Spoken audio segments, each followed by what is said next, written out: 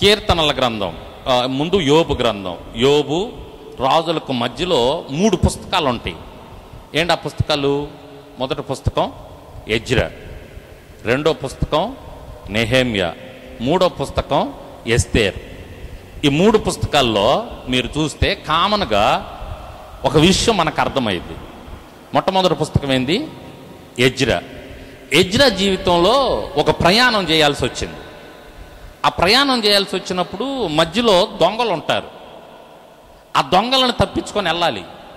వాళ్ళ దగ్గర బంగారము, వజ్ర వైడూర్యాలు ఇవన్నీ ఉన్నాయి. అవన్నీ తీసుకొని వెళ్తున్నారు అక్కడికి మందిరం కట్టడం కోసం. అప్పుడు ఎజ్రా చేసిన పని ఏందో తెలుసా? ఉపవాసం ఉండి ప్రార్థన చేస్తాడు. మీకు గతంలో చెప్పానులే, వచనం చదివించక్కర్లేదు, త్వరగా ముందుకెళ్తా. ఎజ్రా అలా ఉపవాసం ఉండి ప్రార్థన చేసినప్పుడు దొంగలు వస్తారు, కానీ దొంగల ముఠ వస్తుంది, కానీ వాళ్ళు కళ్ళు బయర్లు గమ్మేస్తాయి, వాళ్ళకి కనపడదు. ఎజ్రాతో ఉన్నటువంటి వాళ్ళు కనపడరు. వాళ్ళ ముందే వాళ్ళ కన్నులకి మబ్బును కలుగు చేస్తాడు దేవుడు. వాళ్ళ ముందే ఎజ్రా వెళ్ళిపోతాడు. స్తోత్రం చెప్పండి. ఉపవాసం ఉండి ప్రార్థన చేయటం ద్వారా. ఎజ్రా తర్వాత వచ్చే పుస్తకం నెహెమ్యా. నెహెమ్యా జీవితాన్ని కూడా మనం చూస్తే, నెహెమ్యా కూడా మందిరం పాడైపోయిందని విని రాజు దగ్గర నుంచి మందిరం కట్టడానికి వెళ్ళాలి. అప్పుడు నెహెమ్యా కూడా ఏం చేస్తాడంటే ఉపవాసం ఉండి ప్రార్థన చేస్తాడు. ఉపవాసం ఉండి ప్రార్థన చేసినప్పుడు నెహెమ్యా మొదటి అధ్యాయంలోనే చూస్తాం మనం. రాజుకి కనికరం పుట్టిద్ది నెహెమ్యా మీద.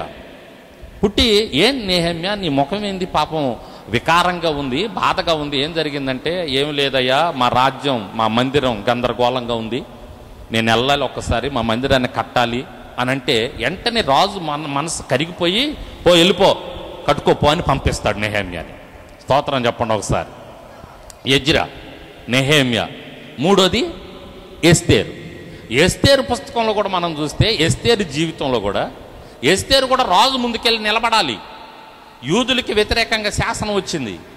ఎస్తేరు రాజు ముందుకెళ్ళి నిలబడాలన్నా ఎస్తేరు తీసుకున్న నిర్ణయం ఏంది? ఉపవాసం ఉండి ప్రార్థన చేసింది. ఎన్ని రోజులు?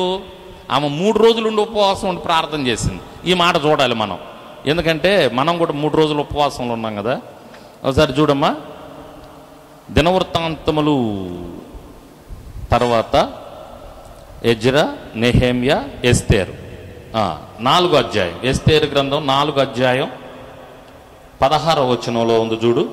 నీవు పోయి షూషాను నందు కనబడిన యూదులందరినీ సమాజ మందిరమునకు సమకూర్చి నా నిమిత్తము ఉపవాసముండి 3 దినములు. ఎన్ని దినాలు? 3 దినాలు.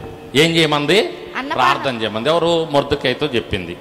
స్తోత్రం చెప్పండి ఒకసారి గట్టిగా. అంటే మీకు ఆ మాట ఉందా లేదని చూపించడం కోసం.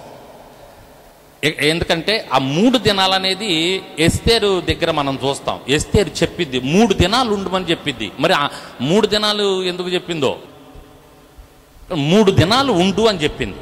దేవుడు ఆమెకి ఇచ్చిన ఆలోచన. 3 దినాలు ఏమేమో అంతఃపురంలో ఉంది, మొర్దెకై ఏమో బయట ఉన్నాడు. 3 దినాలు ఉపవాసం ఉండి ప్రార్థన చేసిన తర్వాత రాజు ముందుకు అడగకుండా వెళ్ళకూడదు. ఇప్పుడు నేనున్నాను అనుకో, ఇట్లా ఎవరు కూడా ఇట్లా నా దగ్గరికి రాకూడదు. అంటే అక్కడ ఉన్నటువంటి ఆ శాసనం అది.